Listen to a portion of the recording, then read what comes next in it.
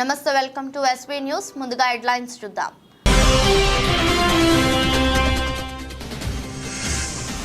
సేవారత్న జాతీయ అవార్డు గ్రహీత కూరెళ్ల కృష్ణమాచారి.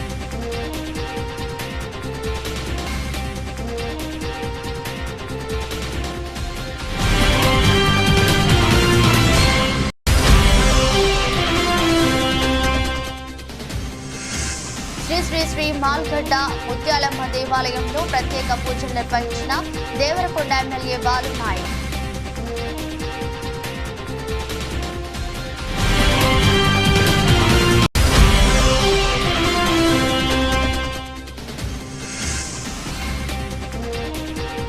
మిర్యాలగూడ వైపు వెళ్తున్న లారీను వెనుక వైపు నుండి వచ్చి ఢీకొట్టిన అంబులెన్స్. చల్లరగిన మంటలు, ఒకరు సజీవ దహనం. Welcome to SV news. Devarakonda మండల పరిధిలో గల శ్రీ మలుగడ్డ ముత్యాలమ్మ దేవాలయం 3వ మంగళవారం జనజాతర అంగరంగ వైభవంగా జరిగింది. ఈ సందర్భంగా దేవరకొండ ఎమ్మెల్యే బాలు నాయక్ తన తల్లితో మొక్కులు తీర్చుకోగా కాంగ్రెస్ పార్టీ నాయకుడు వెంకటేష్ నాయక్ ఆలయాన్ని సందర్శించి శ్రీ మాల్గడ్డ ముత్యాలమ్మ దేవాలయాల్లో ప్రత్యేక పూజలు నిర్వహించారు. ఈ సందర్భంగా వెంకటేష్ ను ఆలయ కమిటీ సభ్యులు ఘనంగా సన్మానించారు.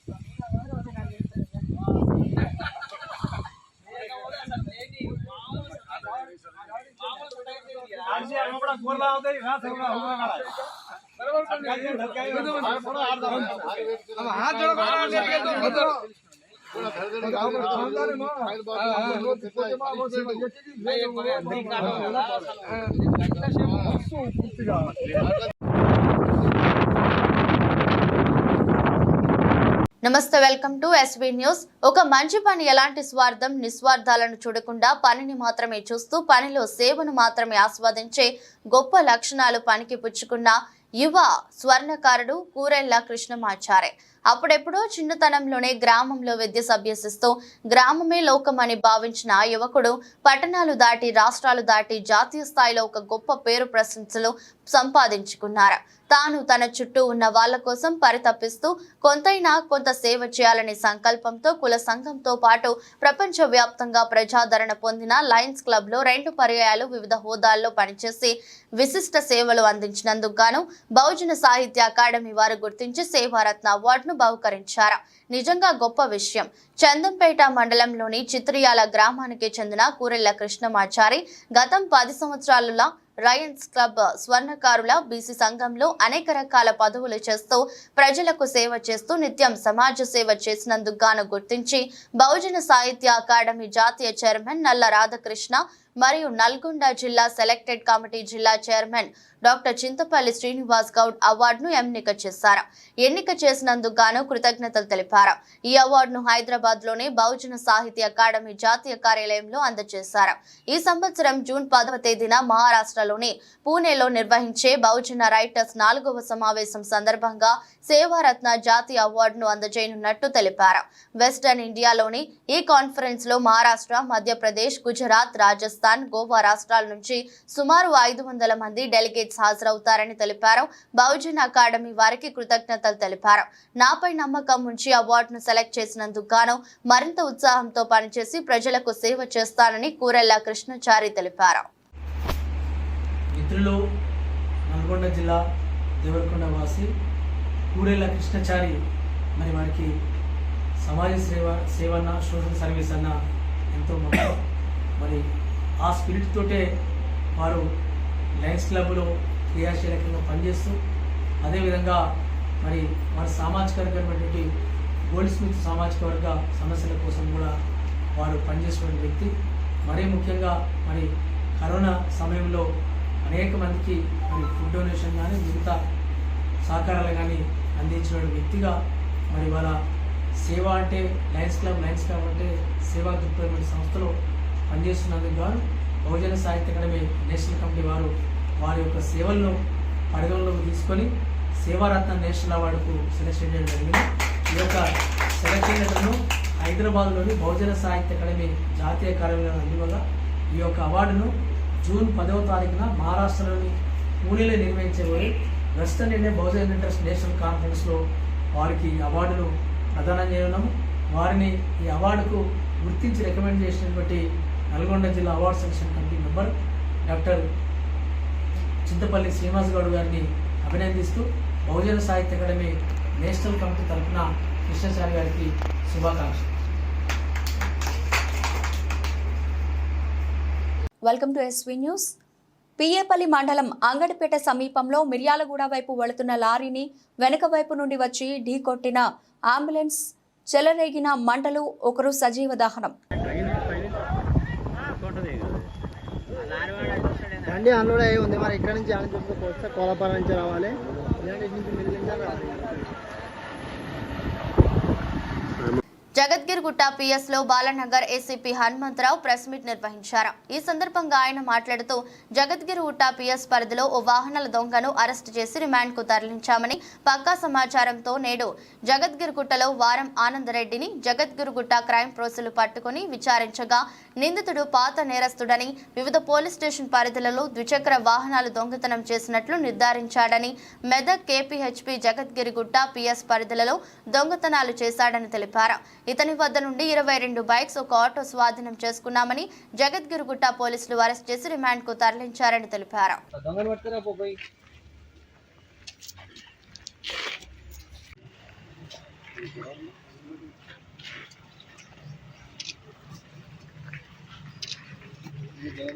అదేమో మల్లారం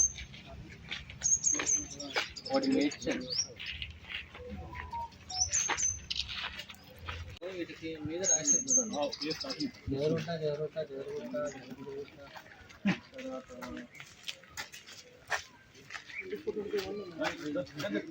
సో ఇది రిమ్ ప్రాబ్లం ఉంది, నేను మళ్ళీ తీసుకొచ్చిస్తానని చెప్పి వాడు ఆ రిమ్ తీసుకొని పోతాడు. సో వాడి దగ్గరికి రాడు. మళ్ళీ పంచర్ షాప్ అయినా కూడా ఇది దొంగ పడిందని వాడు తెలియదు.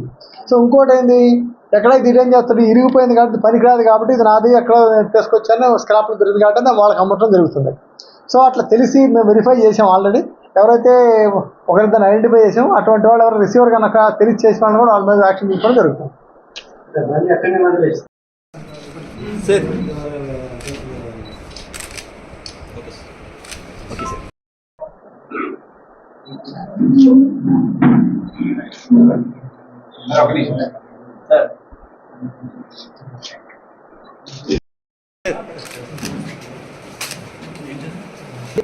సార్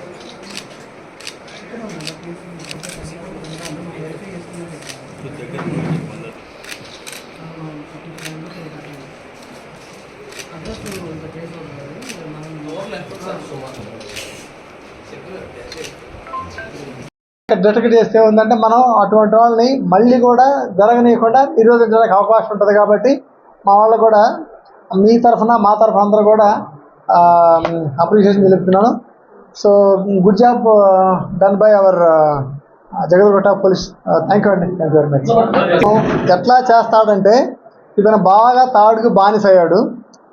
బాగా తాగుడు బానిస అయినాక అతను ఏమాత్రం కూడా పైసలు ఎప్పుడైతే అవసరపడిద్దో అక్కడ వైన్ షాపుల ముందున్న వెహికల్స్కి దొంగతనం చేస్తాడో వాటిని తీసుకెళ్ళి ఒక పంక్చర్ దుకాణం దగ్గర పెడుతుంటాడు.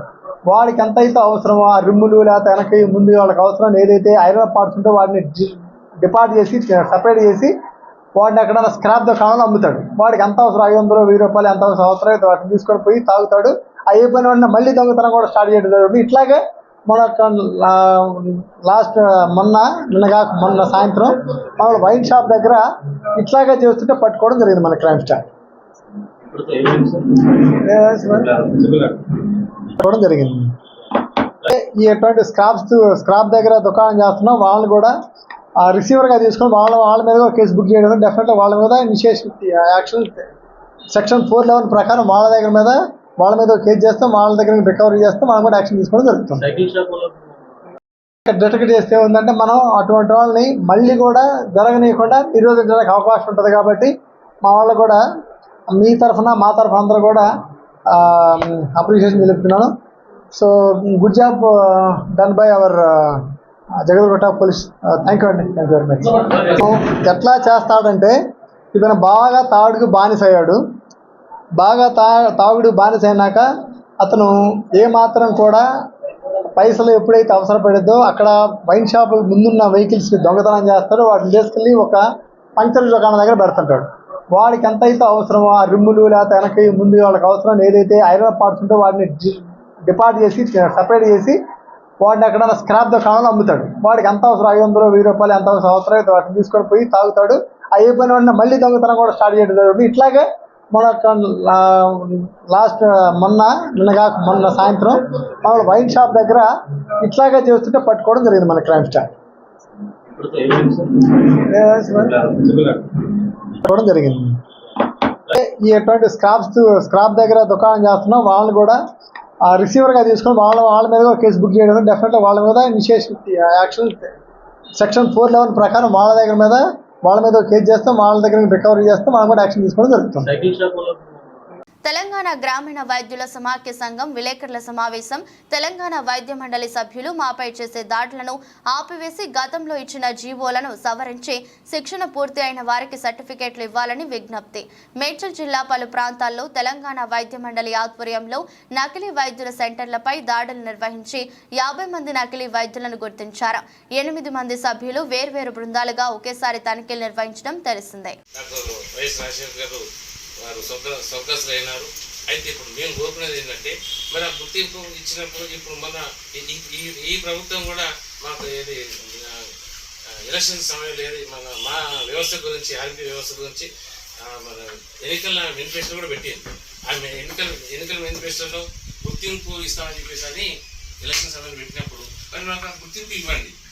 ఎవరైతే డీడీలు కట్టి శిక్షణ తీసుకున్నారో వారికి మాకు కొంత ఏది మన జీవో ప్రకారం 428 ప్రకారం మాకు కాస్త వైద్యం చేసుకునే పేద ప్రజలకు వైద్యం చేసుకునే కాస్త అర్హత కల్పించారు వైఎస్ రాజశేఖర గారు. అప్పుడు మరి మాకు గుర్తింపు ఇవ్వండి.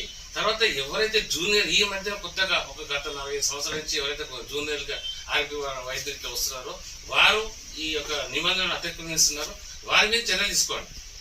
మాలో లోపాలు కూడా మా వ్యవస్థలో ఆర్మీ వ్యవస్థలో కూడా లోపాలు ఉన్నాయి. కానీ అందరూ ఉండరు కదా, 50% ఉండొచ్చు. 50% ఏమన్నా మీరు వారి మీద చర్య తీసుకోండి. అతిక్రమించిన నిబంధనలు అతిక్రమించిన వాళ్ళు ఫస్ట్ ఎయిడ్ కాకుండా ఇంకా వేరే చేసేవాళ్ళు. కానీ అందరూ ఏకదాటి మీద తీసుకొచ్చేసి ఈ రాష్ట్ర వ్యాప్తంగా ఉన్న 56,000 మందిని వారి యొక్క కుటుంబ వ్యవస్థను రోడ్డుకి ఇచ్చొద్దని చెప్పేసి దయచేసి మేము ఈ మీడియా ద్వారా మేము వేడుకుంటున్నాం. ఇంకా తర్వాత ఈ ప్రభుత్వానికి విజ్ఞప్తి ప్రభుత్వానికి మేము రిక్వెస్ట్ చేస్తున్నాం. ఈ యొక్క మాకు గుర్తింపు ఇవ్వండి. ఏదైతే ట్రైనింగ్ తీసుకున్నామో ఆ యొక్క వైద్య మిత్రులందరికీ గుర్తింపు ఇవ్వాలని చెప్పేసి కోరుతూ ఈ తక్షణమే ఈ యొక్క దాడులు ఆపాలని చెప్పేసి అని విజ్ఞప్తి చేస్తున్నాం. మరి ఈ యొక్క దాడులు అనేది ఎవరైతే అతిక్రమించిన వారిని మాత్రం అయితే చేయండి, కానీ అందరూ ఒక్కటే గాడిని కట్టవద్దని చెప్పేసి అని చెప్తున్నాం. ఈ తర్వాత మేము ఎన్నోసార్లు ఆరోగ్య శాఖ మంత్రి గారిని తర్వాత ఇంకా వివిధ మంత్రులు అందరినీ వ్యవస్థ గురించి మా వైద్య విద్య గురించి అన్ని మేము తెలియజేసాం. అయినా కూడా మరి స్పందించడం లేదు. మరి ఈ యొక్క ఎలక్షన్ కోడ్లో కూడా మరి వారు దాడులు చెప్తారు, అందరూ భయభ్రాంతులకు గురవుతున్నాం.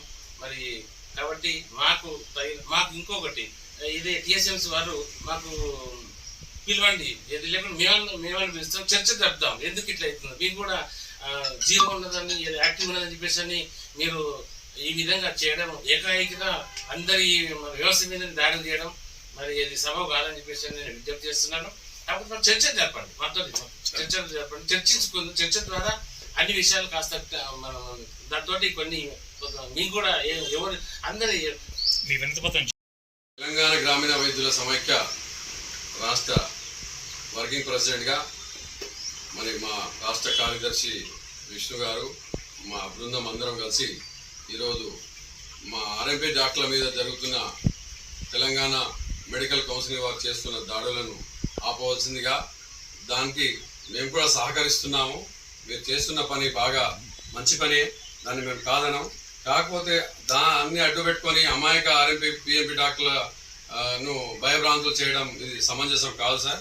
కాబట్టి దయచేసి మేము తెలంగాణ మెడికల్ కౌన్సిలింగ్ చైర్మన్ గారికి వారి బృందానికి రిక్వెస్ట్ చేయడం ఒకటే, దయచేసి మమ్మలను ఎవరైతే మేము ట్రైనింగ్ పొందినామో గత జియో 1273, 429, 428 జియో ప్రకారం ఏదైతే ట్రైనింగ్ పొందినామో మమ్మల్ని గుర్తించి మమ్మల్ని పత్రిక ఏదైనా సర్టిఫికేట్ ఇచ్చిన తర్వాత మిగతా వాళ్ళందరినీ మేమే స్వయంగా మీకు సహకరిస్తాము, ఈ ఫలానా వ్యక్తి అది ఫలానా వ్యక్తి అని మేము చెప్పగలుగుతాం.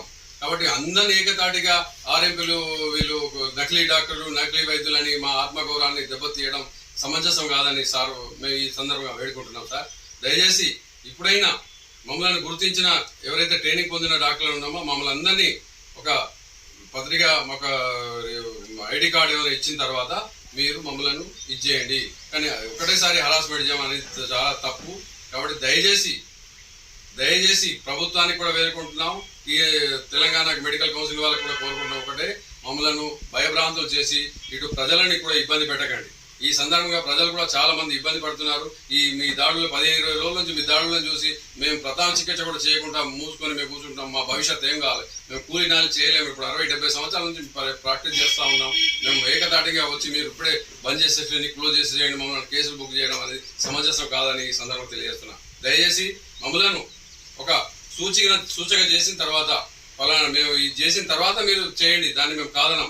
మీరు ఇచ్చిన సూచనల ప్రకారం మీరు పాటించకుంటే అప్పుడు చేయండి. కానీ ఏకదాటిగా ఇప్పుడే మీరు ప్రథమ చికిత్సలు మూసుకోండి, అది చేసుకోండి, ప్రథమ చికిత్సల మీద కేసు చేస్తలేమని చెప్తున్నారు. అయినా ఇప్పుడు నేను జరిగిన మా చింతల షాపు నగర్ అక్కడ జరిగిన దాంట్లో 50 మందిలో దాదాపు 15-20 మంది మా ట్రైనింగ్ పొందిన వాళ్ళే ఉన్నారు. మిగతా వారి మీద కేసు చేయండి, మేము కాదనం. కానీ అందరినీ ఏకదాటిగా దొంగ డాక్టర్లు ఫేక్ డాక్టర్లు అని చెప్పడం మా ఆత్మగౌరవాన్ని బాగా దెబ్బతీసిన వాళ్ళు అవుతున్నారు. కాబట్టి దయచేసి ఇప్పుడైనా ఈ సందర్భంగా మీ మీడియా ద్వారా తెలియజేయడం ఒకటే, దయచేసి ఈ దాడులను ఆపి మమ్మల్ని ఏదైనా సూచన ఇచ్చిన తర్వాత మీరు చేస్తే బాగుంటుందని మీ టీఎస్ఎంసీ చైర్మన్ గారికి కోరుకుంటున్నాం. గట్టుప్పల్ మండలం వెల్మకన్నె గ్రామంలో గ్రామ పంచాయతీ సిబ్బంది వేతనాలు పెంచి ఆదుకోవాలని, మూర్తి కాలువలతో మంచినీటి సరఫరా, వీధి లైట్లు పరిశుభ్రంగా చేస్తూ ఎంతో ఇబ్బందులు పడుతున్నారని కోరుతున్నారు.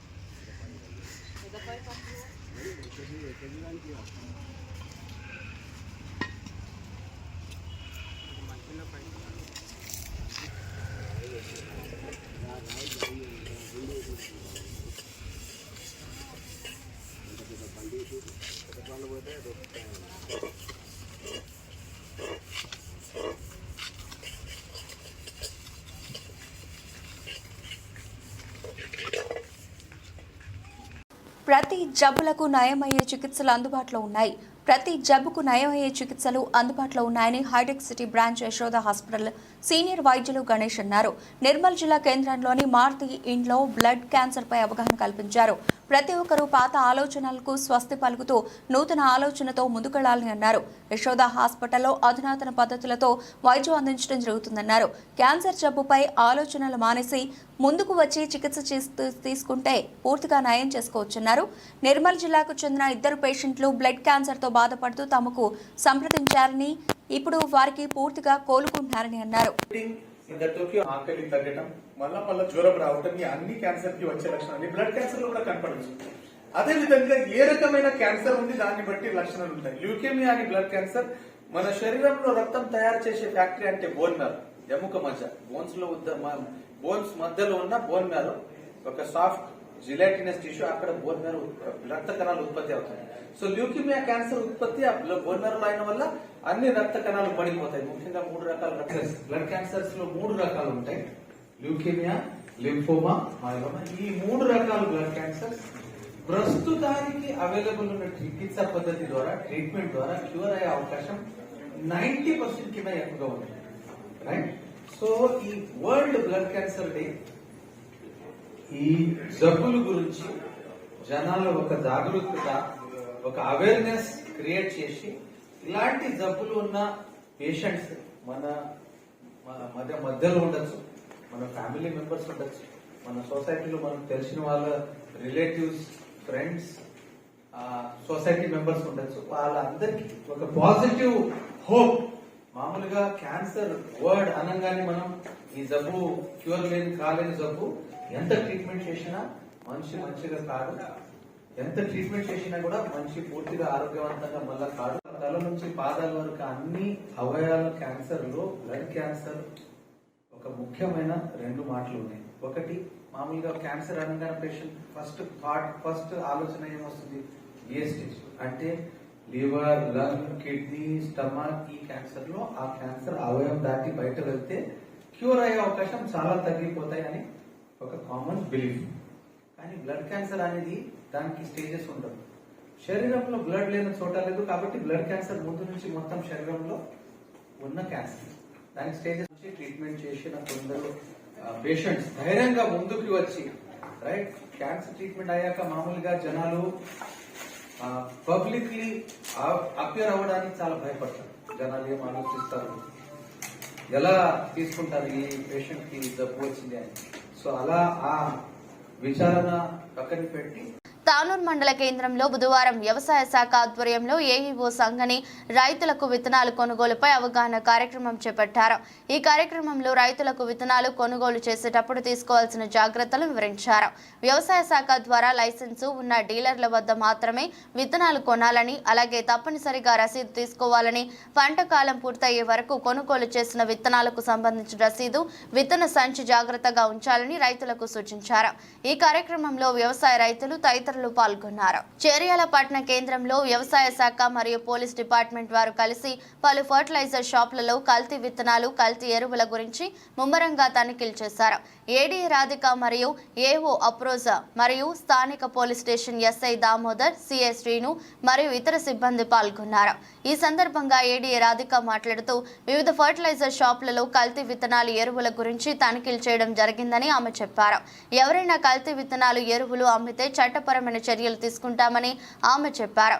ఈ వర్షాకాల సీజన్లో రైతులను మోసం చేసే విధంగా కల్తీ విత్తనాలు, ఎరువులు అమ్మిన వారిపై కఠిన చర్యలు ఉంటాయని ఆమె పేర్కొన్నారు.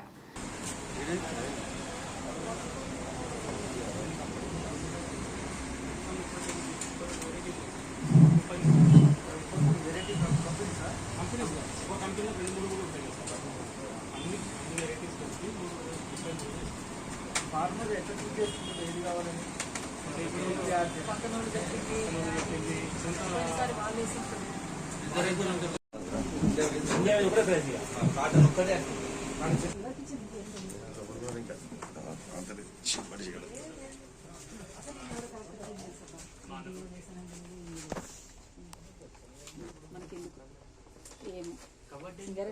తులసి సీడ్స్ వల్ల వెరైటీ పేరు కబడ్డీ సార్.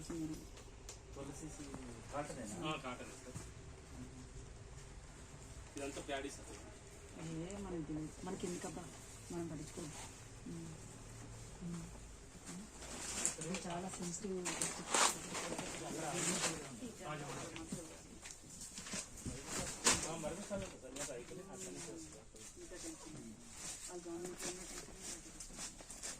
ఇదంతా ప్యాడేనా మొత్తం? ఇది ప్యాడీ కలిపి కాటన్ సార్. ఏదైనా సపరేట్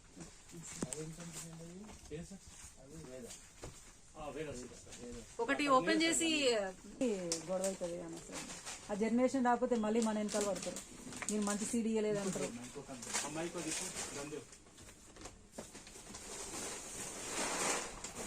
హలో సార్, మీకు ఎప్పుడు కావాలి సార్? కి 1:30 సార్.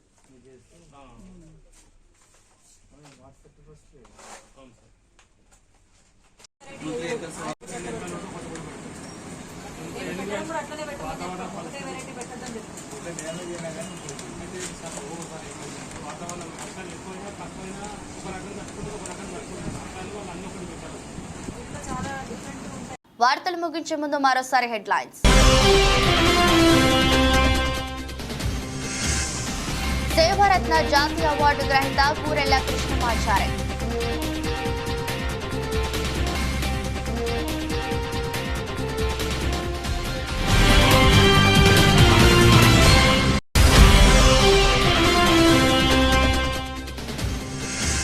శ్రీ శ్రీ శ్రీ మాల్గడ్డ ముత్యాలమ్మ దేవాలయంలో ప్రత్యేక పూజలు నిర్వహించిన దేవరకొండ ఎమ్మెల్యే బాలునాయక్.